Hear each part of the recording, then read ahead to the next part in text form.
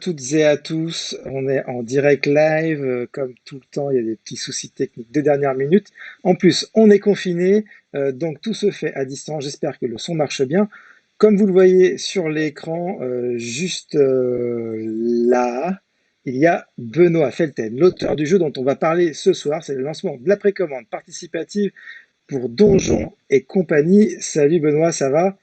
Tu es en forme Ça va ce très soir bien. là? Chez moi, c'est bonsoir, ou bonne nuit même, puisqu'il est 2h10 du matin. Mais je suis sur le pont. Ok, alors on va voir ce que nous disent les gens. Il y a toujours un petit décalage, hein, c'est un peu toujours frustrant et embêtant, mais pour savoir comment ça se passe, on nous dit que le son est nickel, qu'on nous entend. Je veux quand même être sûr qu'ils entendent bien aussi, qu'ils t'entendent bien toi aussi, Benoît, parce que des fois, bah, on m'entend bien moi, mais pas forcément les autres. Non, bah, apparemment tout va bien. Alors on va dire bonjour un petit peu, je vais les saluer parce que ça fait toujours quand même très plaisir de voir tout ce beau monde en live. Il y a déjà quasiment une centaine de personnes qui est là. Donc salut Guillaume Hatt, qui a son logo visuel, c'est Donjon et compagnie, donc on sait pourquoi il est là ce soir. Ah ouais, il rigole Salut pas. Julien Bernat, salut Xavier Dolcy, salut Ken Smith, salut Bruno Mansou qui est un fidèle des lives, salut Laurent Grosfogel, Alexandre Masset est là, qui c'est que je n'ai pas salué encore. Franck Garcia, salut Franck Garcia. Nertor Lenoir est là de Sci-Fi Universe. Tom Dérin, bonsoir à toi. Frédéric Berthe, David Girardet, voilà, vous êtes hyper nombreux. Évidemment, dans les commentaires, vous le retrouverez, il y a Emmanuel Garbi, hein, le responsable, enfin, le gérant de John Doe Édition, qui co-édite avec Black Book Édition le jeu de rôle Donjon et compagnie. Il est dans les commentaires, donc n'hésitez pas à lui poser des questions. Il pourra lui aussi vous répondre. Salut Manu, j'espère que t'es chaud. Bonsoir Xavier Rubin, bonsoir Laetitia Combe, qui n'est autre que l'illustratrice des pages intérieures du jeu. Donc, salut Laetitia, on est bien content que tu sois présente. Bonsoir Cyprien Delpech, bon, voilà, vous êtes hyper nombreux, ça fait vraiment très très plaisir. Ça arrive encore. On a perdu un petit peu de temps, donc on va passer rapidement quand même pour vous présenter Donjons et compagnie. Donc, ce qu'on va faire, dans un premier temps, on va parler un petit peu avec Benoît de la page de la précommande participative pour vous expliquer vraiment les offres et ce que vous avez trouvé dedans. Puis, dans une deuxième partie d'émission, on va parler, on va rentrer plus en profondeur dans le jeu, ses mécaniques, son univers, comment le jeu a été conçu. En plus, on va profiter que Benoît est avec nous pour lui poser plein de questions. De votre côté, je crois que je l'ai dit, mais c'est toujours bon de le répéter. Posez vos questions dans les commentaires. Emmanuel Garbi nous fera remonter toutes les questions auxquelles ce serait bien qu'on réponde dans la vidéo, même si lui peut vous répondre évidemment dans le chat et parler avec vous. La bonne nouvelle, c'est qu'à peine on a encore pas commencé à expliquer la précommande participative et il y a déjà bientôt 60 souscripteurs bientôt 5 000 euros. 5 000 euros, c'est le palier de financement qui va libérer l'écran. Ça se passe hyper bien. Benoît, tu t'attendais à un tel accueil? Non, c'est génial. C'est bien parce que j'ai besoin d'adrénaline pour rester réveillé là, donc c'est super. Tu disais, c'est quelle heure pour toi actuellement là? Ben, à Hong Kong, il est 2h15 du matin, quasiment. Ouais, ça t'a piqué un petit peu quand même, non? Non, ça va, ça va. Là, je suis chaud. C'est chaud. Je suis Bon, chaud. ok, super. J'en profitais pour vérifier un petit peu que tout était bien en place au niveau de la technique. Alors, cette offre, on l'a conçu, on l'a conçu ensemble. On a essayé de l'adapter un peu plus aux standards de Black Book Edition que de John Doe peut-être. On essaie de faire un bon mix entre les deux, je dirais. Ouais. Qui nous suivent, en tout cas qui nous suivent moi en live, seront pas étonnés, mais on va en profiter pour bien l'expliquer pour que les gens soient pas perdus. Donc, vous le voyez juste en dessous de moi, là, il y a toute la galerie des ouvrages qu'on espère financer. Bah là, comme on est à deux doigts des 5 000 euros, voilà, 5 000 euros au moment où j'en parle. L'écran qu'on voit aussi ci-dessous est débloqué et disponible dans les options. Donc, vraiment, tout ce que vous voyez en dessous là est disponible. Le principe, c'est de vous offrir une offre assez simple d'accès, c'est-à-dire elle est composée d'un livre de base dans lequel vous allez retrouver toutes les règles et les bases de l'univers de Donjons et compagnie, donc un livre complet qui en plus comporte 3 scénarios. Donc vraiment, avec celui-là, vous pouvez jouer pendant très longtemps à Donjons et compagnie. Mais cette offre, elle ne consiste pas qu'en ce livre de base, elle consiste en ce livre de base et un recueil de scénarios. Et en fait, toute l'idée du financement participatif va être axée là-dessus, c'est-à-dire que nous souhaitons avec vous faire grossir ce recueil de scénarios, qui pour le moment fait 45 petites pages, mais qu'on va vous proposer de faire grossir en scénarios supplémentaires et campagnes. Vous avez peut-être vu déjà les premiers objectifs. Voilà. Donc pour participer, c'est 49,90 €. C'est l'offre numéro 1 qui comporte ces 2 ouvrages. Ça comporte également les 2 PDF qui sont offerts. Et puis également toutes les améliorations et cadeaux du projet qui vont être libérés. La deuxième offre, c'est une offre collector, limitée à 100 exemplaires. Je vois que ça part pas mal, les collectors déjà. C'est donc exactement la même version du livre de base, en fait. Il n'y a que la couverture qui change. Elle est limitée à 100 exemplaires. On ne l'a pas indiqué, mais elle sera peut-être signée par Benoît. On va voir si on peut organiser ça. Comment on peut faire Ah ça? bah on en parlera en off, mais on va s'arranger, on va Ouais, trouver une on va solution. voir comment on peut faire ça. Et puis, parce que c'est vrai qu'on n'en a pas parlé avant, voilà, mais c'est toujours sympa si on peut le faire. Donc on essaiera de le faire. Là, c'est non contractuel ce que je vous dis, mais quand même, ça ferait plaisir, je pense, à tout le monde. Euh, Petite précision, en fait, quand il y a une collector, souvent ceux qui veulent acheter l'objet de collection, ils sont contents de l'avoir, mais ils veulent aussi pouvoir profiter de l'illustration de la couverture, qui malheureusement ils n'ont plus. Eh bien, sachez que l'illustration de la couverture sera imprimée à l'intérieur de l'ouvrage. Donc si vous achetez la collector, vous pouvez quand même profiter de la magnifique illustration de Thierry Ségur. Voilà pour les infos. Donc c'est 2 offres tout simples.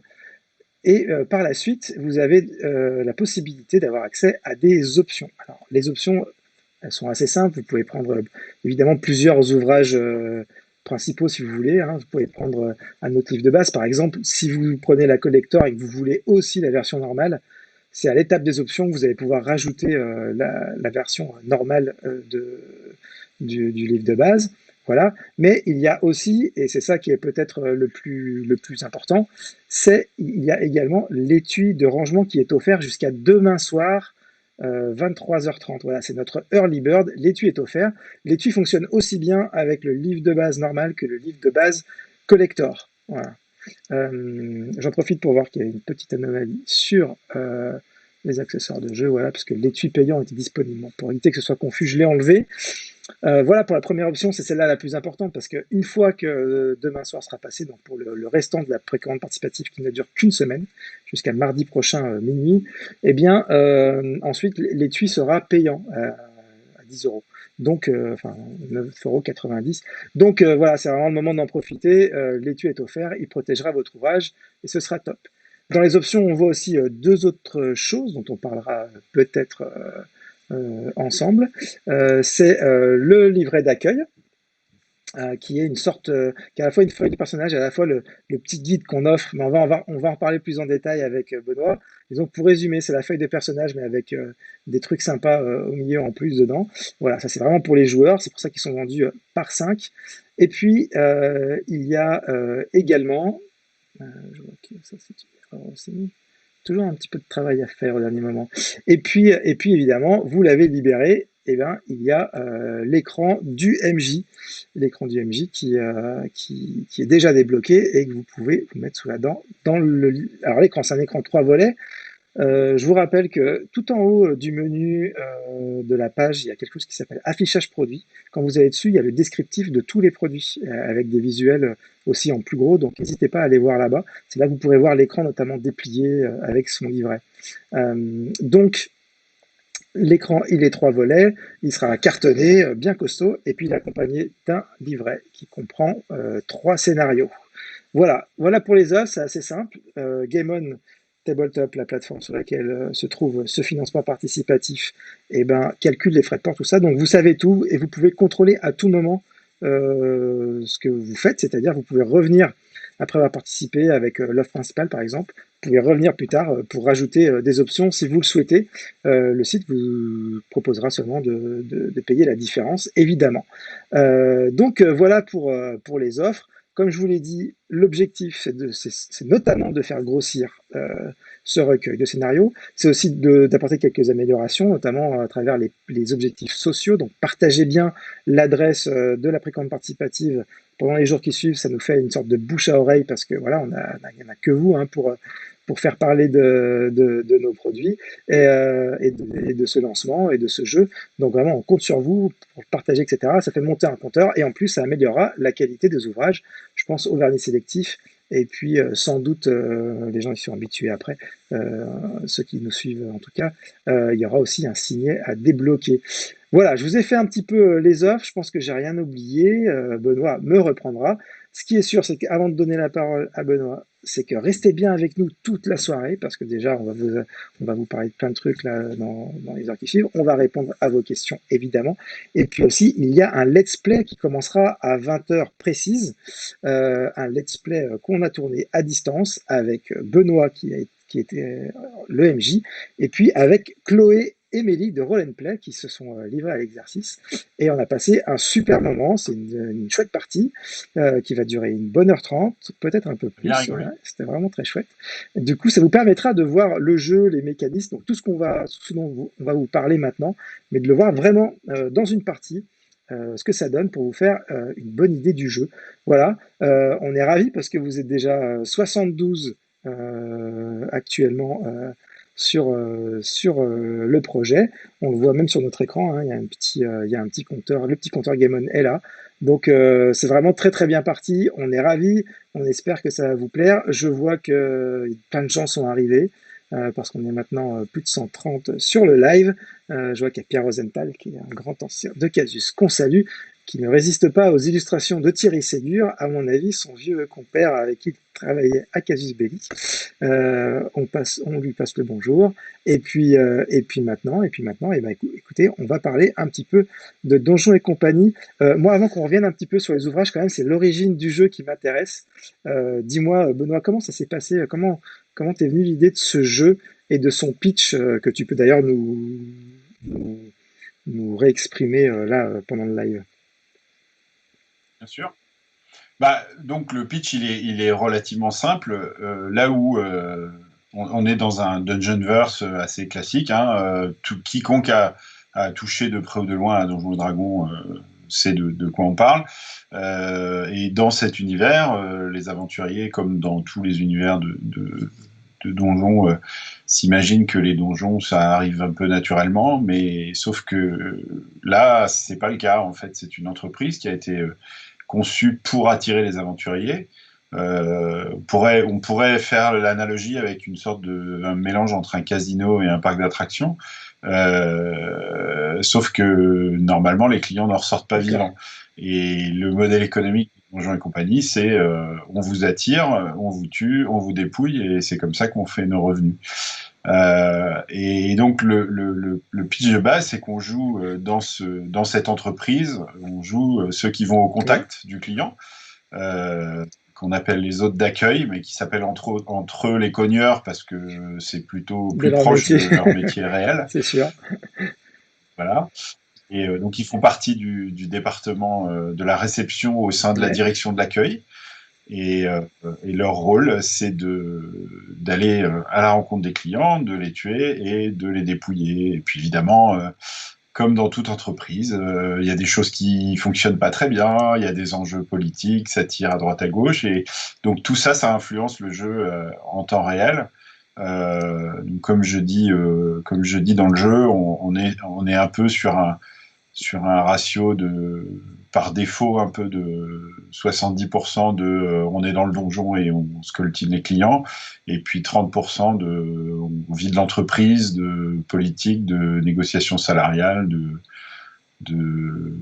voilà, tenter d'obtenir un rendez-vous galant avec la méduse de la comptabilité, pardon, des entrées et des sorties. Et négocier une Euh, augmentation de salaire. donc, voilà, exactement, exactement. Donc voilà, tout ça, c'est nourri par deux choses. Donc tu Ouais, me demandais un justement, peu les ouais. origines. Bon, Comment ça a le point de commencé? Puis ça a départ. commencé à quelle époque aussi? Parce qu'en fait, ça fait longtemps que tu travailles sur ce jeu. Alors l'idée, l'idée, l'idée, elle trotte depuis très très longtemps. J'ai beaucoup joué à Dungeon Keeper quand c'est un jeu vidéo de 97 qui est sorti et qui permettait, c'était la grande époque des jeux de gestion où on avait des gestionnaires de parcs d'attractions, de machins, etc. Et ça, c'était un gestionnaire de donjons. Donc en fait, on jouait le patron, il fallait embaucher des monstres, il fallait construire des pièces qui allaient attirer les clients, et puis il fallait les buter. Et puis il fallait évidemment pas que les monstres se fassent dézinguer trop par les clients, mais il fallait aussi les payer bien pour qu'ils fassent pas grève, etc. Donc il y a beaucoup d'éléments qui ont fini dans Donjon et compagnie étaient déjà présents, en tout cas en filigrane dans Dungeon Keeper. Après, c'était un jeu vidéo de gestion, donc on n'est pas dans le bien sûr. même médium, mais clairement, il y avait pas mal d'idées qui étaient déjà là. Et après, concrètement, enfin, ça s'est concrétisé une première fois en 2007 où j'ai lancé un début de campagne, D'accord.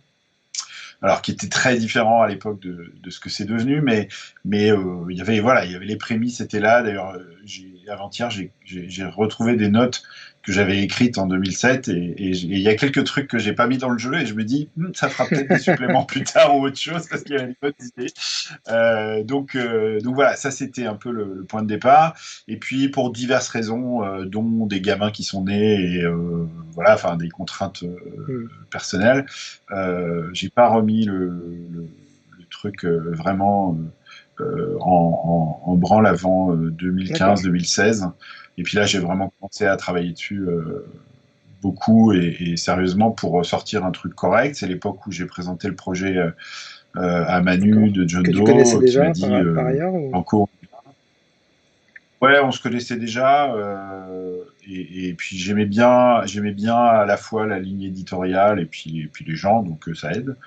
Euh, et puis il y a un élément qui a été très important dans la conception et la finalisation du jeu, c'est une convention informelle qui a lieu tous les étés, sauf l'été dernier Ouais. évidemment malheureusement, qui s'appelle Ludocon, où une trentaine de joueurs invétérés se retrouvent dans une grosse baraque pour faire 3 ou 4 jours de jeu de rôle non-stop. Et ça m'a permis de tester très intensivement le jeu. Et puis comme c'est un jeu qui est facile à mettre en place, souvent à chaque édition, je pouvais faire 3 ou 4 parties de test. Et puis c'est ça qui m'a permis d'affiner la première version. Et après moi j'ai lancé pas mal de playtests de mon côté, en particulier du jeu en campagne.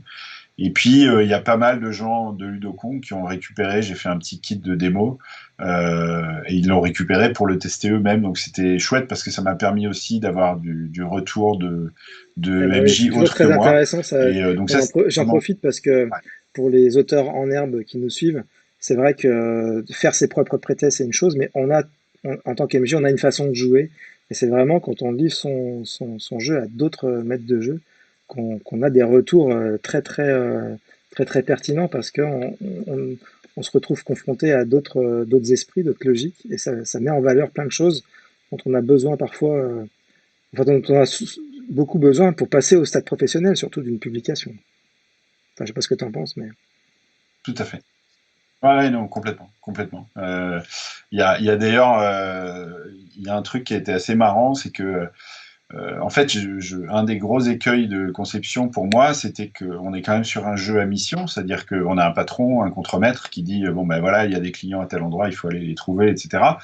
Euh, donc il y a un côté un peu répétitif, donc c'était très important pour moi de trouver de la variation, de proposer plein d'idées pour faire que les missions se mm, ressemblent pas les unes aux autres. Et en fait, euh, j'étais tellement focalisé sur cet objectif-là que dans la première mouture quasi finale du jeu, mais en fait, il n'y avait aucun scénario qui présentait le truc de base, enfin la d'accord. mission type, quoi. Et ça, c'est un retour qui m'a été fait effectivement par des gens qui ont testé le jeu. Ils disaient, mais je sais pas quel scénario prendre, parce que tu nous dis, il faudrait commencer avec un scénario type, mais là, ils ont tous des variations. On n'a pas le scénario type. Donc en fait, j'ai rajouté un scénario que j'ai écrit, et vraiment, je les remercie parce que c'est le genre de truc qui est énorme et qu'on voit pas, en fait. Ouais. C'est ça Et oui, qui est c'est clair. intéressant. Donc voilà. Et puis ce qui est rigolo aussi, c'est que du coup, du coup, il y a des gens je sais qu'il y a déjà des tables qui tournent encore avec la version de démo. Il y a des scénars qui sont écrits, donc je suis assez confiant sur le fait qu'il va y avoir une communauté derrière aussi. Et C'est ça chouette, c'est génial quand on est auteur, c'est carrément. vraiment dans Justement, sa en parlant de maison, la quoi. communauté, là, on va prendre un peu régulièrement quelques questions parce que sinon elles vont s'accumuler. Je vois qu'il y a aussi des compliments hein, qui passent. Tu Bon. iras lire les commentaires après le live, Benoît, mais il y a des compliments sur toi, des gens qui sans doute te connaissent, ont joué avec toi. En tout cas, ça fait plaisir. Alors, il y a Xavier Rubin qui nous dit qui dit, d'accord, ça c'est aussi c'est un compliment. C'est Manu qui m'a fait remonter cette question très importante. Merci Manu, tu as raison, il faut vraiment y répondre. Donc c'est pour le sex appeal de Damien qu'on est tout ça. Ouais, j'ai jamais été très connu pour mon sex appeal, mais bon, écoute, peut-être qu'en vieillissant, je sais pas, ça va être la barbe ou il doit se passer quelque chose. Voilà, c'est la barbe, Alors le non, côté question sympa. sérieuse. Alexandre Massa nous dit une semaine, c'est un peu court quand même. Je sais que c'est une question auquel vous avez répondu avec Manu, Benoît, dans un autre live, vous avez fait une émission, vous avez fait vidéo il y a pas, Ouais. ces derniers jours. Et ben, en fait, ça, c'est vraiment je dirais, la patte un peu Black Book Edition quand même. C'est-à-dire que nous, à Black Book, on essaie de faire des choses très ramassées. Pourquoi? Pour que ce soit très intense, très sympa, mais que ça ne faiblisse pas dans le temps, parce qu'on s'est aperçu quand même que les précommandes participatives, il y a des démarrages de feu, il y a des fins très sympas, mais entre les deux, ça demande beaucoup de travail de continuer à être présent, de pouvoir répondre à toutes les questions, à alimenter des choses, à qu'il y ait du contenu pour qu'on n'ait pas l'impression que le jeu soit délaissé enfin que les fans n'aient pas l'impression que le jeu soit délaissé. Et en fait, pour nous, tout ramasser, ça nous permet d'être vachement intense. Et en fait, on s'aperçoit qu'on fait pas de meilleurs résultats quand on est temps. Et puis alors, de temps en temps, on fait des essais d'ailleurs. Et là, il y a pas longtemps sur le jeu Monstre de Johann Sfar, on a fait l'essai de passer à 2 semaines et on a l'impression qu'on aurait fait la même chose en une semaine, quoi. Donc, alors c'est vrai pour le coup, il y a toujours quelques personnes qui peuvent rester sur le carreau parce que bah, la trésor est pas là à ce moment-là, que la paye du mois dernier n'est pas arrivée encore, ou enfin, quelle que soit la raison. Donc ça, c'est un petit peu frustrant, c'est sûr. Euh, mais, euh, Et c'est pour ça qu'il y a des lettres, voilà, je pense, exactement. non? C'est-à-dire qu'il y aura sans doute une façon de se procurer tout ça. De toute manière, tout sera disponible, évidemment, après, par la suite. Le gros intérêt, quand même, c'est l'étui qui est offert. Mais autre chose dont je ne vous ai pas parlé, c'est qu'il y a quand même des prix de lancement et que sans doute certains ouvrages sont plus chers. Je pense notamment au recueil de scénarios. Là, quand on voit le démarrage qu'on fait, il y a déjà bientôt 100 souscripteurs et c'est encore pas 8 heures du soir. Donc le démarrage est très très bon. Ça veut dire que ce recueil de scénario, il va grossir, grossir, grossir, et il ne restera pas au même prix, évidemment, quand il sortira en boutique dans quelques mois. Voilà, donc vraiment profitez de cette semaine de précommande participative, c'est vraiment la meilleure offre. Vous pouvez aussi aller solliciter votre boutique qui peut participer au financement participatif. Et comme ça, vous aussi, vous aidez votre commerce de proximité, surtout en ce moment, vu l'actualité sanitaire et donc la situation quand même compliquée dans laquelle cela plonge votre boutique locale. Si vous avez la chance d'avoir une boutique à côté de chez vous, on vous incite vraiment très très fortement à l'appeler demain, à attendre qu'elle participe. Elle peut avoir exactement la même offre, vous inquiétez pas. Il suffit de le demander. Voilà, je vais prendre une autre question. J'ai découvert le projet il y a 1 heure via un mail de Black Book Edition. J'avoue alors, que j'ai bien accroché au pitch. Bah, ça fait plaisir. C'est Milouz Van Prouten qui nous dit ça, tu vois. Ça fait des petits compliments sympas. Pierre Michaud nous demande si l'étui Early Bird, on peut y loger l'écran dedans. Non, c'est que le livre de base. Ça, c'est pour des contraintes techniques parce que l'expérience nous a montré que c'était toujours assez compliqué que l'étui soit au bon format pour cela. Donc, on préfère jouer la sécurité. Pierre, voilà. Moi, je sais que les coffrets multilivres aussi, en fait, on n'arrive jamais à sortir les bouquins et on finit par déchiqueter le coffret, donc Ouais, c'est toujours un peu frustrant. voilà. C'est frustrant parce qu'on veut aussi faire la même chose que vous, hein, souvent. Et si on ne le fait pas, c'est qu'il y a une raison. Pierre Rosenthal nous demande s'il y aura une version PDF seulement, parce que ça, c'est enfin, la date Pierre, mais d'autres aussi qui veulent que le PDF. Comme souvent, c'est plutôt non, notre réponse pour des questions de logistique, parce qu'en fait, ça nous fait faire rajouter plein de manipulations dans le back-office pour en fait souvent à peine une dizaine de clients. Donc le PDF il sera disponible de toute manière plus tard. Il sera mis en ligne. Donc voilà, il faudra juste patienter un petit peu plus. Donc, désolé Pierre. Qu'est-ce qui tient? Alors moi, je vois une Vas-y, question dis-moi. très intéressante de mon copain Paul, là. demande si la barbe est obligatoire pour être maître de jeu. Donc je voulais juste préciser qu'elle n'est pas obligatoire, mais elle est quand même fortement Ouais, la recommandée. barre, c'est très très important, notamment pour les. Ça reste pas le même niveau, Ouais, quoi. ouais. C'est vraiment c'est posé. Je Voilà, sais il y a ce une que je certaine fais. classe qui s'émane de la barbe, surtout quand elle est rousse. Mais après, ça, c'est bon, c'est mon avis personnel. Ah, elle devient blanche après, donc bon. Lorraine Ab, qu'est-ce qui tient dans l'étui? Juste le livre de base ou toute la gamme? Donc, c'est une question qui revient. Donc, effectivement, c'est que le livre de base, Lorraine, qui tient dans l'étui, comme pour la raison dont qu'on vient d'expliquer.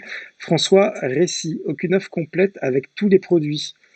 Euh, à ce stade, non. Je ne sais pas si on aura une pour la fin, mais le système est assez simple quand même parce qu'on a vraiment d'abord l'offre principale. Donc vous prenez les deux ouvrages, vous savez que vous avez les deux ouvrages, et puis ensuite aux options, il vous suffit de les rajouter. C'est pas ça, c'est le genre de, on fait des offres complètes quand il y a énormément de choses disponibles et que du coup ça devient très compliqué d'être sûr qu'on a tout pris, etc. Là, ce sera pas le cas. C'est une gamme bien définie. Je pense que vous aurez pas il y aura pas de confusion et c'est assez simple de prendre toute la gamme. Voilà, voilà. Peut-être que tu voulais penser avec une réduction, mais il y a déjà ces prix de lancement, donc je pense pas qu'il y ait plus de réduction que cela d'ici la fin du projet. On peut fêter ensemble, Benoît. On a dépassé la barre des 100 souscripteurs. On vient de passer le deuxième Ouais, ouais, c'est objectif, super. ce qui veut dire qu'on est super bien et qu'il y a un scénario qui a été rajouté. C'est le premier scénario de la campagne. Bon, ça nous donne envie de parler de plein de choses. Je prends une dernière question et puis après on va On peut parler peut-être de. en parler un Ouais, petit attends, peu, non? je prends une dernière Dire un question, comme peu. ça je suis à jour. Est-ce que Ouais. les aventuriers morts, cela devient des assets de la compagnie ou des nouveaux employés, demande joli Frédéric. Alors, c'est un jeu où le MJ est libre de faire beaucoup de choses, et comme on est dans un concept fantastique, il y a plein de réflexions qui peuvent être faites effectivement sur les aventuriers morts, mais aussi au passage sur les employés morts, hein, parce qu'il y en a quand même pas mal qui, qui ne survivent pas à la confrontation avec les clients. D'ailleurs, on les appelle pas les aventuriers, hein, ça c'est un point très important, on les appelle les clients. Parce que, comme dans toute entreprise, il faut tout le temps être focalisé sur le client, c'est le point le plus important. Le client est roi, bon là en l'occurrence c'est mieux quand il est mort, mais voilà. Donc non, mais au fil des parties et de divers bouts de campagne, il y a eu des réflexions sur. Alors déjà, ça peut devenir la nourriture de la cantine. Ça peut aussi, effectivement, entre les mains d'un nécromancien avisé, devenir des substituts d'employés, mais il ne faut pas oublier que le jeu est d'un réalisme social marqué, hein, donc les employés qui se font remplacer par des zombies sont pas très contents. Il y a d'ailleurs un des scénarios du jeu qui aborde euh, cette dimension sociale avec beaucoup de sérieux et de compassion. Vous verrez ça. Carrément. Alors du coup, parlons un petit peu, peut-être on va rentrer, t'as déjà expliqué un petit peu le concept. On peut rentrer un petit peu plus en détail sur le background, puis on parlera des règles juste après. T'as bien expliqué Ouais. le concept, donc c'est une entreprise, etc. Mais en fait, ce que tu décris dans Donjons et compagnie, c'est une entreprise bien précise qui s'appelle Donjons et compagnie. Tu peux nous expliquer ce choix, puis du coup, à Absolument. quoi ça correspond? Ouais.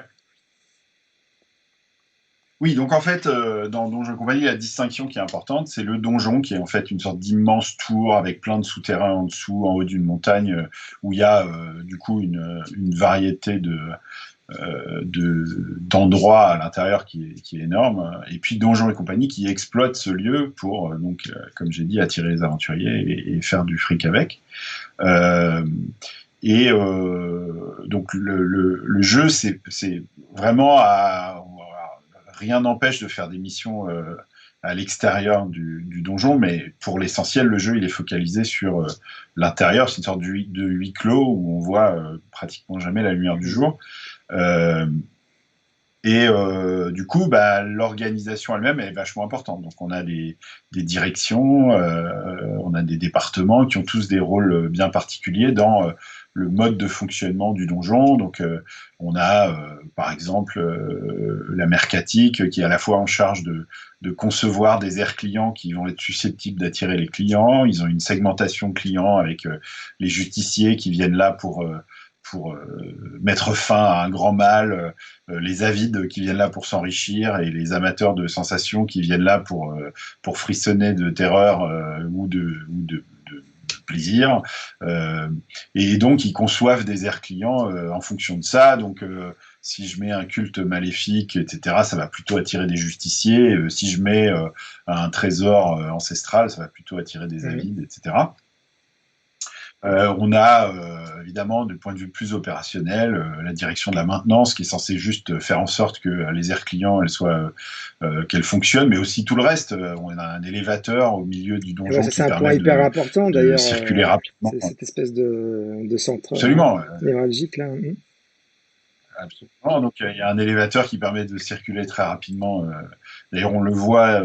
J'adore la représentation qu'en a faite Ségur sur l'écran. Vous pouvez regarder. On voit les palans au fond.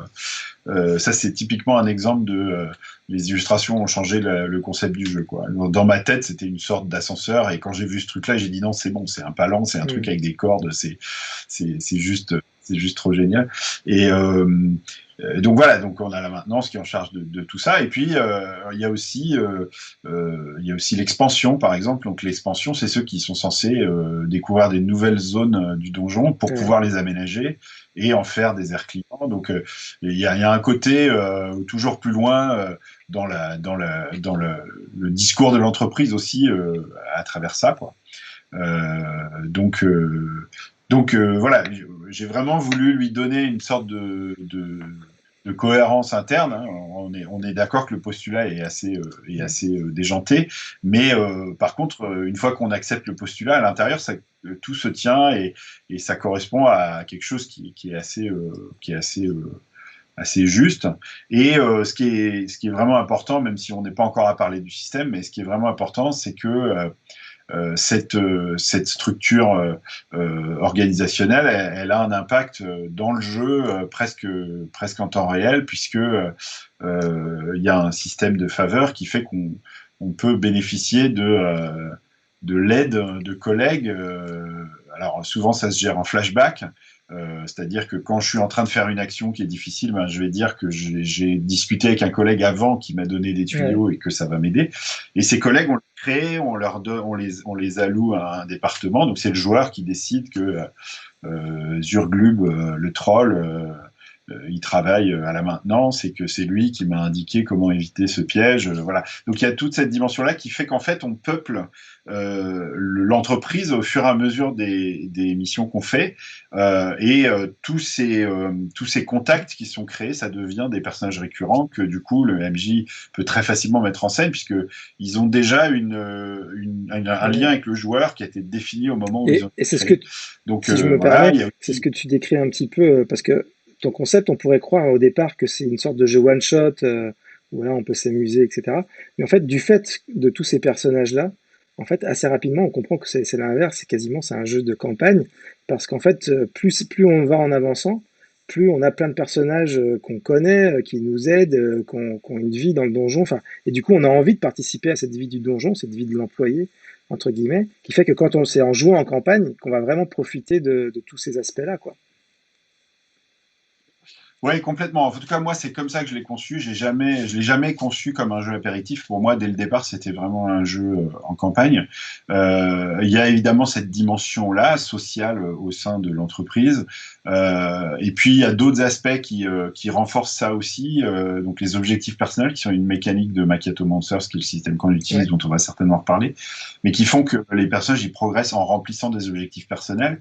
Et du coup, là, ce qui est génial, c'est que bah, ça parle à tout le monde, quoi. Qu'est-ce que je peux avoir comme objectif en entreprise? Bah, je veux être employé du mois, je veux, je veux, euh, je veux séduire l'incube de la maintenance, je veux me venger du contremaître ou je veux même faire Ouais. virer le contremaître. Enfin voilà. Donc du coup, Juste, ça, du ça, coup, ouais, ça excuse-moi, implique. je te coupe, mais Non. ça me fait penser que dans le let's play qu'on va voir, qui va commencer à 20h, justement, d'entrée de jeu, moi je m'y attendais pas, tu as posé la question, bah, qui prend le leadership dans notre groupe, quoi. Et donc, tout de suite, tu te dis, tu commences à voir plus loin, etc.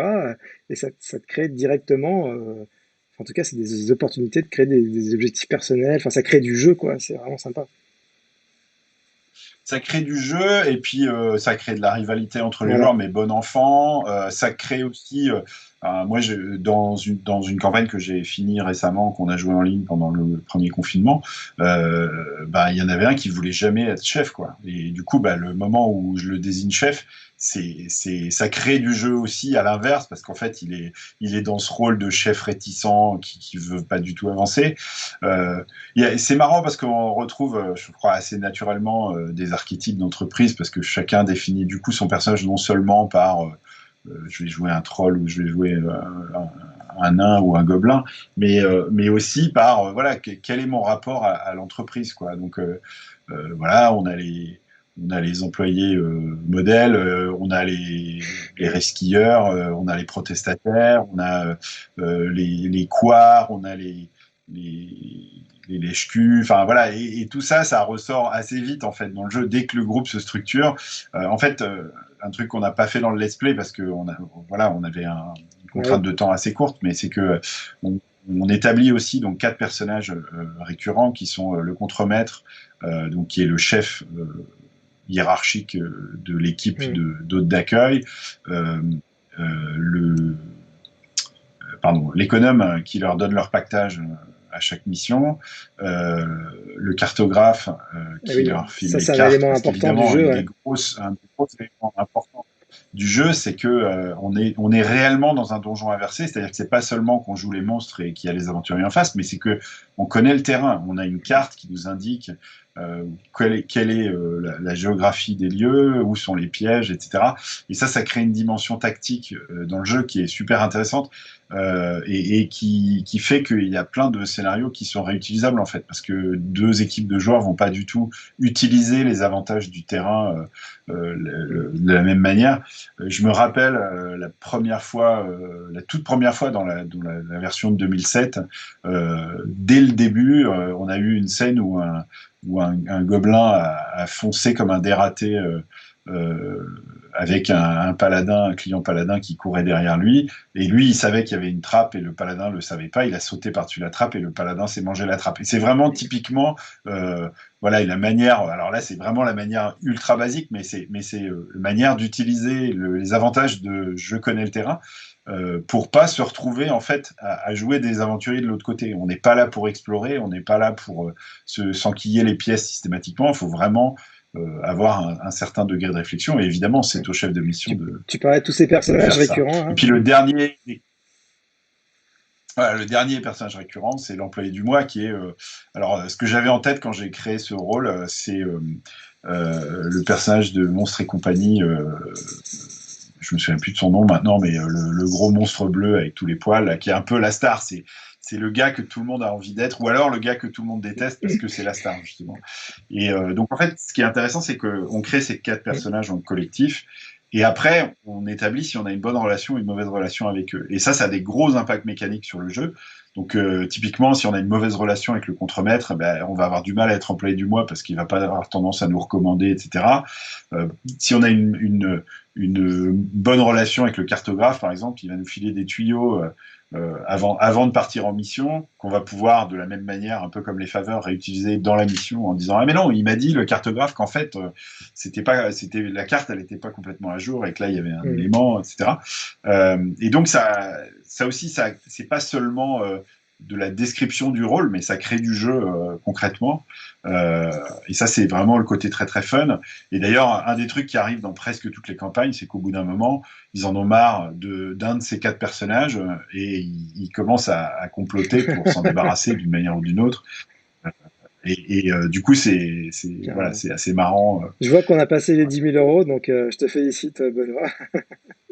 C'est 128 Merci, souscripteurs, hein, c'est c'est vraiment, cool. ça va être vraiment une belle soirée, donc merci encore.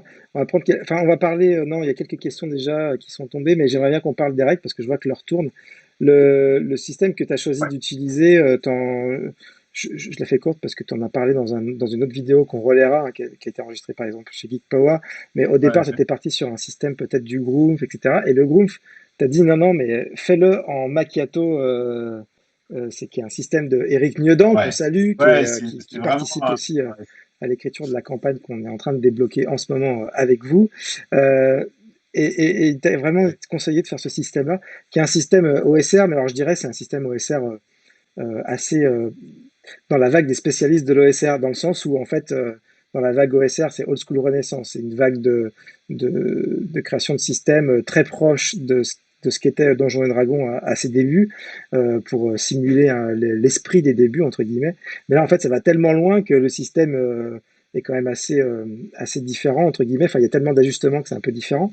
Le principe, c'est, Ah, je peux le décrire vite fait, c'est qu'il y a les 6 caractéristiques qu'on ouais. connaît dans Donjons et Dragons, hein, qui ont les mêmes genres de valeurs.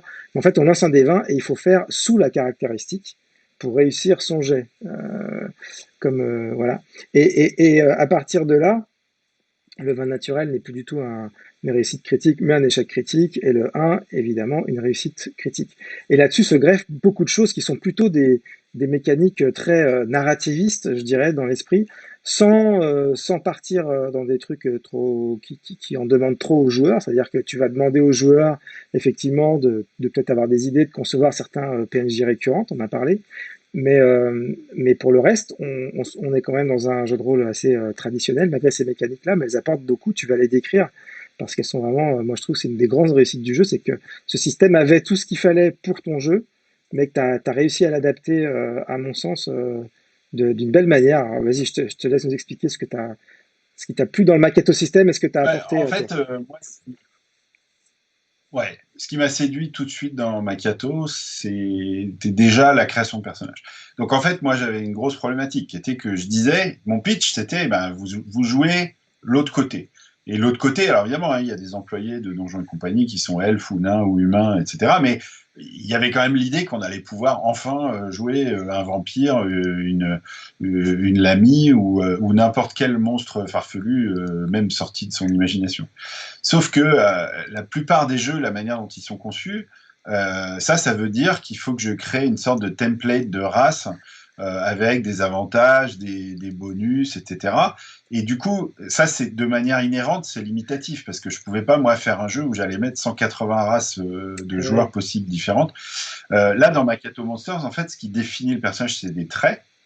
Donc, troll, c'est un trait. Donc, si j'ai envie de jouer un troll, je dis, je joue un troll. Et c'est mécaniquement, qu'est-ce que ça va faire? Ça va faire que dans n'importe quelle situation où un troll serait avantagé, eh ben, je serai avantagé. Donc je vais lancer 2 dés de 20 et prendre le meilleur des deux. Enfin, le meilleur, celui qui est le plus dans mon intérêt, c'est-à-dire le plus ouais. bas des deux en l'occurrence. Et puis, si je suis dans une situation où, par exemple, je sais pas, moi, j'essaye de passer discrètement le long d'un loup-garou qui a un super odorat, ben, le fait que je sois troll, ça va me désavantager. Et du coup, ben, là, je vais lancer mon jet avec un désavantage. Et du coup, c'est très intéressant parce que ça permet aux joueurs. Donc, les personnages sont définis par soit une race, soit une profession. Et dans ce cas, ils sont humains et un adjectif. Donc un adjectif, ça peut être un trait de personnalité, ça peut être un aspect physique. Donc toi, tu jouais un squelette Exactement. persévérant, et il y a certaines, vous verrez, voilà, il y a certaines situations où ça t'a aidé parce que tu retournais à l'ouvrage à chaque fois et ça te permettait d'être avantagé sur la suite.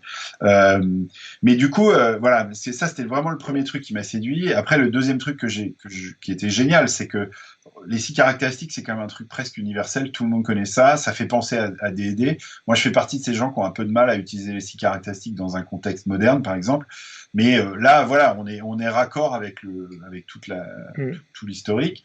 On lance nos 3D6 comme au tout début de D&D quand on crée les persos. Et du coup, on a vraiment un truc qui est à la fois familier et très souple, en Mm. fait, très flexible. Alors comme tous les jeux, il y a un petit coup à prendre au début. En particulier, c'est un jeu où le MJ ne lance pas de dés. Donc ça, voilà, quand on a l'habitude des échanges, un peu des parties de ping-pong, tu lances les dés, je lance les dés, bah, il faut prendre le rythme. Donc, mais en fait, ça fluidifie aussi énormément le jeu. Donc ça, c'est un autre avantage que j'ai découvert en testant le système, c'est que on peut faire une partie, enfin, vous verrez encore une fois avec le let's play où là on a 1h35 ou 1h40 de jeu avec du rôle, avec des éclats de rire, etc. On a on a l'impression d'avoir raconté toute une histoire. On a des combats, on a des scènes d'action, on a de l'intelligence en action ou pas. Beaucoup d'intelligence en action. Ah, tu peux pas dire ça. Tout à fait. Et, euh, et en même temps, on n'a pas l'impression que c'est accéléré ou qu'il aurait fallu aller plus dans le détail. Enfin, moi, en tout cas, c'est mon ressenti. Donc voilà, en bon quarantenaire qui a des mômes, moi, je suis plutôt sur des formats de partie de 3 heures que de 6 heures ou de 9 heures le dimanche, quoi. Donc c'est 3 heures le soir en semaine, on est crevé, voilà, faut que ça aille vite, puis il faut que l'histoire avance. Et je pense que ça permet vraiment de le faire. Et c'est aussi pour ça, d'ailleurs, je reviens sur ce point-là parce que c'est un point qui me paraît important. Moi, je suis souvent frustré quand j'achète un jeu d'avoir un ou deux scénarios et puis c'est tout. Là, on a quand même dans la campagne, même sans compter ce qui est en train d'être débloqué, on part avec plus de 10 scénarios déjà d'emblée entre le recueil et le livre de base. Euh, donc, il va y avoir vraiment À des jouer, tonnes quoi. de trucs Et on peut le tonnes préciser de un petit trucs. peu, il y a un Oui. format sur les scénarios qui est que c'est un format court qui correspond à ce format dont tu parles, quoi, 3 heures de jeu, c'est ça, hein. Ouais. Donc, l'idée sur ces 3 heures de jeu, c'est que donc moi, je pars souvent pour construire une mission. Alors, une mission classique, hein, après, il y a quand même des missions qui sont Hmm. complètement atypiques, mais pour construire une mission classique, je pars souvent de la carte. Je fais en sorte que la carte, déjà, elle tienne sur une seule page. Donc, rien que ça crée une sorte de limite inhérente à Ouais, la bah, durée de jeu, hein. D'autant d'autant que ce qui est vraiment important à garder en tête, c'est que les personnages sont pas censés faire de l'exploration. Donc il y a des missions où en fait ils font 3 pièces, ils réussissent la mission et puis ils repartent. Donc on n'est pas dans ce trip où comme on est par exemple dans les méga donjons classiques où on se dit ah bah merde ils ont pas fait tout le pan gauche de la carte. Là on s'en fiche, c'est pas ils ont rempli leur mission, c'était ça l'objectif. Donc moi, en tant qu'MJ, j'ai pas du tout la frustration de ah ben merde, il y avait un truc cool là, parce qu'en fait, je sais que du coup, c'est la hmm. rejouabilité aussi. Et donc, je refais ce même scénario avec un autre groupe, et ben ils prendront une autre route et puis on ira vers tous ces trucs qui sont cool aussi. Donc voilà, il y a toute cette dimension là. Et puis voilà, les scénarios, enfin les missions, elles sont définies par ce qu'on appelle les 3 C. J'ai Les 3 peur. C, c'est le concept non, non, Ouais. le concept. Donc, le concept, c'est bah, c'est quoi l'air client? Hmm. Comment est-ce qu'on attire le client? Après, il y a les clients. Donc, c'est qui les clients? Pourquoi ils sont là? Hmm. Comment ils vont se comporter? Et puis le troisième C qui est quand même le plus fun, c'est les complications. Donc les complications, ça peut être plein de trucs, mais ça peut être bah, la carte est fausse, il y a un truc qui s'est écroulé et en fait vous le savez pas. En fait il y a pas de clients ou alors les clients sont trop balèzes pour vous. Ou, voilà, tout ça c'est des complications. Il y a des listes entières de complications dans le jeu justement pour que les MJ puissent aussi piocher dedans et créer leur dynamique. Alors je voulais juste donner un dernier point parce que vraiment moi j'adore le boulot d'Eric et Macchiato, ça a été un gros élément du jeu et c'est aussi pour ça que donc Eric va être un gros contributeur à cette campagne puisque il va écrire 3 scénarios old school qui vont vraiment être des scénarios blindés de référence au tout premier scénario de D&D des années 70 qui seront dans le recueil. Et puis il va écrire avec moi la grande campagne Ouais. qu'on Et donc propose aussi et qui voilà, est pour laquelle on est particulièrement sur le point de débloquer sans doute le deuxième scénario. Euh, Ça, alors, il y a la campagne. Je vais revenir quand même sur ce que tu dis sur le truc old school. C'est qu'en fait, il y a 3 scénarios old school qui sont contenus déjà dans le recueil de scénarios. On va évidemment faire des news, hein. Il y a plein de choses qu'on ouais. vous a pas encore révélées et qu'on va vous révéler dès ce soir ou dès demain et dans les jours qui suivent. C'est qu'il y a notamment ces 3 scénarios old school écrits par Eric et là qui font référence au vieux module Donge. Alors, on imagine vraiment avec le côté inversé des choses que ça va être des super références. C'est vraiment une super idée. Et ça fait aussi écho à une autre chose dont j'aimerais bien qu'on parle. C'est les illustrations, notamment les illustrations intérieures, parce que il y a des easter eggs aussi dedans, c'est ça? Ouais. Ça, c'est Ouais, chouette, c'est une complètement, super idée. complètement. Alors, en fait, et d'ailleurs, ça va me permettre de répondre à une question aussi que j'ai vue qui a été posée, qui était qu'est-ce qu'il y a dans le livret d'accueil. Donc, en fait, on a dans le livre, il y a une petite histoire du donjon qui est écrite à la première personne par le directeur des ressources vivantes. Évidemment, on ne vous dit pas ressources humaines, hein, parce qu'il y a plein de monstres qui travaillent pour Donjons et compagnie. Donc le livret d'accueil, en fait, c'est ce même texte, mais mis en forme sous forme d'un pamphlet qui est donné au nouvel employé le jour où il arrive en lui disant ben voilà, ton job d'hôte d'accueil, c'est ça. Et évidemment, c'est tout le jargon de l'entreprise. On est géniaux, on est inclusif, je suis à votre disposition, n'hésitez pas à venir me voir. Enfin voilà, tous les grands classiques que quiconque a travaillé en entreprise connaît. Et donc l'idée, c'est d'avoir voilà, un petit fascicule que le MJ puisse donner aux joueurs vraiment presque comme si c'était le personnage qui le recevait, avec son petit fascicule, qui puisse s'y référer, etc. Voilà, ça c'est en plus de la feuille de personnage, hein, comme tu le mentionnais.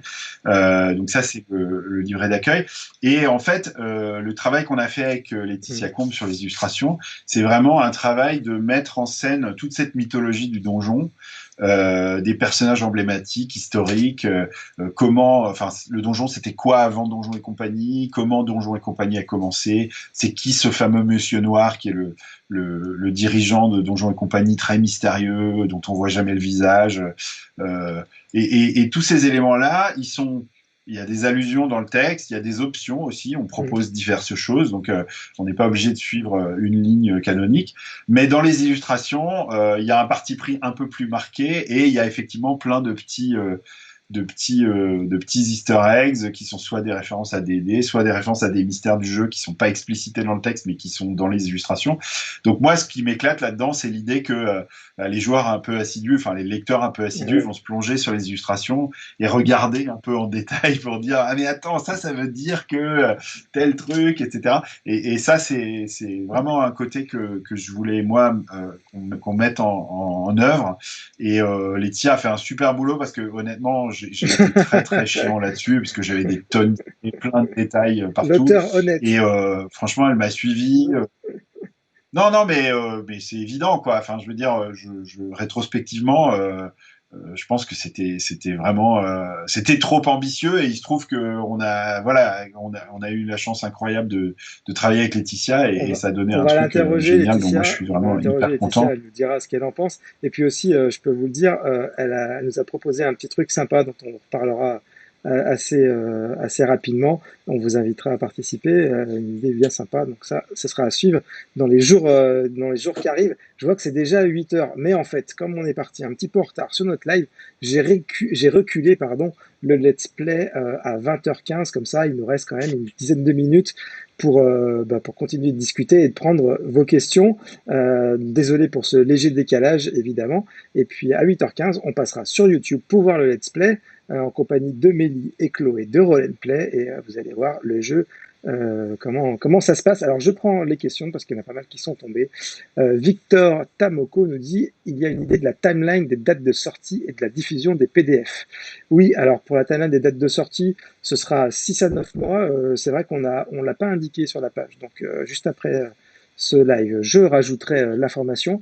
Pour les PDF, eh bien, le livre de base devrait être prêt pour le mois qui suivra cette PP, donc c'est-à-dire le mois prochain, on va dire. Alors, on ne sait pas à quel moment du mois prochain, mais grosso modo, la maquette est faite. Il reste que quelques illustrations, d'éventuelles corrections que Benoît voudra amener avant la fin. Mais voilà pour la timeline. Vlad, l'employeur, oui, qu'est-ce qu'il y aura dans les vrais d'accueil? Je crois que tu as bien répondu à la question, du coup, j'y reviens pas. Yannick Thomas nous demande est-ce que c'est compatible DD5 ou Héros et Dragons? On va dire non et oui. Non, parce que c'est vraiment un système dédié, comme l'expliquait Benoît, pour pouvoir jouer tous les monstres possibles et imaginables sans devoir faire des listes à rallonge. C'était compliqué de se lancer dans un système beaucoup plus lourd. Mais en fait, n'importe quel amateur de Medfan de 5e édition, je pense, pourra adapter les règles de sa 5e édition facilement, d'autant que le système de faveur comme le système des dés d'usage, à mon avis, peut s'appliquer tel quel à un système plus compliqué. Alors ceux-là, ouais, ils peuvent complètement être portés. J'aurais envie de dire, si quelqu'un voulait faire une campagne, avec les mêmes personnages sur la durée, c'est pas trop compliqué dans le sens où voilà, il va peut-être falloir effectivement se dire ok, à quoi ça ressemble un PJ troll, à quoi ça ressemble un PJ je sais pas, pseudo dragon, à quoi ça ressemble un PJ golem. Une fois qu'on a ça, après on va pas avoir besoin d'en faire 50 Ouais, normalement. Donc il y aura quand même un boulot au départ. Alors là où il y a un élément qui est vraiment intéressant dans Macchiato, c'est que, en tout cas pour moi, c'est que ce qu'il faut comprendre, c'est que quand je joue un vampire, à part les avantages au jet de dés que va me donner le fait d'être un vampire, tout le reste des pouvoirs de vampire, il faut quand même que je les construise à la ouais, création de personnages. Et donc, ça crée un équilibre intrinsèque entre les personnages. Donc, un vampire débutant, il va pas être hyper balèze parce que c'est un ouais. personnage débutant. Et donc, au fur et à mesure qu'il devient meilleur, donc, par exemple, mon vampire débutant, je pourrais dire, bah, ok, il est capable de prendre la forme gazeuse et puis de boire le sang. Et puis, bah, se transforme en chauve-souris, ça viendra plus loin quand mon personnage sera un peu plus balèze et que je pourrais prendre ce pouvoir-là. Donc, mais en même temps, c'est très modulaire, donc ça permet de construire Bah vraiment oui. n'importe quel monstre en se disant, ok, bah, c'est quoi les pouvoirs qui m'intéressent, et puis c'est comme ça que je les construis. Mais voilà, après, moi j'ai toujours envie de dire, tout est hackable, ça dépend de la quantité On de est prêt boulot à fournir, qu'on bah est oui. prêt à mettre dedans. Mais j'aurais quand même envie de dire, de tester le système tel qu'il est aussi, parce que je pense que il est suffisamment familier pour des gens qui typiquement joueraient à Héros et Mm. Dragons ou DD5, et en même temps, il est quand même très très fun à jouer, et Allez, je voilà, prends, ça se continue tente. les questions. Thomas Michelin, que je salue au passage, salut Thomas, qui nous demande si les leash font partie du middle management. Si les S'il leash est font partie du middle liche. management. Ah, alors je veux pas Faut pas dévoiler trop de choses, spoiler, hein, mais surtout pas. il y a une liche qui fait pas partie du middle management, qui fait partie de l'upper management, si on parle en jargon anglais, puisqu'elle est vice-présidente. Alors il me semble de mémoire qu'elle est vice-présidente de la stratégie. Et d'ailleurs, cette liche a un nom qui fait beaucoup penser à une liche célèbre d'un autre jeu D'accord. et d'un scénario qui s'appelait Tomb of Horrors. Donc voilà, typiquement, on est déjà dans les références Du un peu Dungeonverse. Théo Guillaume dit on dirait du paranoïa exactement. en médiéval fantastique. Est-ce que j'ai raison? Alors, c'est marrant parce que bah, c'est quand moi je m'étais jamais fait cette réflexion jusqu'à ce que je fasse tester Manu justement le jeu et à la fin D'accord. Manu il m'a dit ça et je l'avais pas vu mais c'est vrai que la structure en mission elle est similaire à ce qui fonctionne dans Paranoia et puis le côté un peu absurde du monde de l'entreprise. Alors là où je dirais qu'il y a quand même une grosse différence c'est que même si en théorie Paranoia peut être joué de manière sérieuse, moi j'ai jamais vu personne Mm. réussir à le faire parce que le niveau de Gonzo et le niveau de Loufoque il est Bah oui. tellement élevé dès le départ que c'est très très difficile de rester sérieux. Alors que je pense que Donjons et compagnie, et en tout cas moi c'est comme ça que je le joue, il peut être joué complètement premier degré, c'est comme ça qu'on Ouais. l'a fait dans le let's play aussi, et ça reste très drôle, mais on n'est pas dans le Gonzo quoi. Euh, mais après, oui, Paranoia, ça fait partie des influences que je liste dans le jeu parce que effectivement, à la réflexion, c'était Ouais. évident qu'il y avait des parallèles, quoi. Donjon et compagnie a-t-il des concurrents? On peut penser, évidemment, il y en a pas, hein, bien sûr, à part éventuellement sur le concept initial, en tout cas, Donjon clé en main, le jeu de rôle inspiré de l'univers qu'ont bâti Johan Sfar et Lewis Trondheim. Tu as écrit un petit article hein, sur le sujet, parce que déjà tu as commencé à travailler sur ce jeu-là, Ouais, euh, sans doute avant la sortie des premières bandes dessinées, je sais pas, d'ailleurs, je me souviens plus. Bref. pas des premières bandes dessinées, mais de De clé en clé en main main en tout peut-être. Ouais, cas. je me rappelle plus. J'avoue, Mais j'ai pas du trop coup, les dates. tu peux nous expliquer vite fait Alors, les similitudes et puis les différences peut-être. Mais rapidement, tu as écrit un article, on peut renvoyer les gens dessus. ouais, D'ailleurs, on le ouais, bien sûr, republiera sans doute dans les news de la fréquence ouais, participative pour les gens pas de souci. qui s'intéressent. Bah, en fait, c'est très simplement Donjon clé en main. C'est un jeu où le donjon est un élément de décor important, mais en fait, pour moi, j'ai toujours vu ça comme un jeu qui visait à explorer et à exploiter Terra Amata, qui est le monde que Sfar et Trondheim m'ont inventé, qui est un monde assez marrant et assez déglingué, en tout cas dans la série Zénith qui est parallèle à Donjons et compagnie. Après, ça devient beaucoup plus sombre, mais euh, du coup, euh, du coup, pour moi, ouais, pour moi, c'est pas un jeu sur le donjon, Donjon clairement. C'est un jeu où il y a le donjon, Il mais y a un c'est peu le pas un même jeu sur le concept de donjon. départ, hein, Et ça, c'est vraiment la c'est-à-dire que différence. il y a un peu le même concept de départ, hein. Alors après, le concept de départ, moi, je connais pas les influences de Sfar et Trondheim au départ, mais j'imagine que comme moi, ils ont dû jouer, ou au moins l'un des deux a dû jouer à Dungeon Keeper. Euh, il y a un épisode de la BD qui est certainement une très bonne lecture pour avoir des inspi pour Donjons et compagnie. C'est celui qui a été dessiné par Larsenet, qui s'appelle Un donjon de trop, parce que il y a un donjon concurrent, c'est la guerre du marketing, etc. Donc ça peut vraiment donner des inspi et des idées, quoi. Euh, Alors après, oui. juste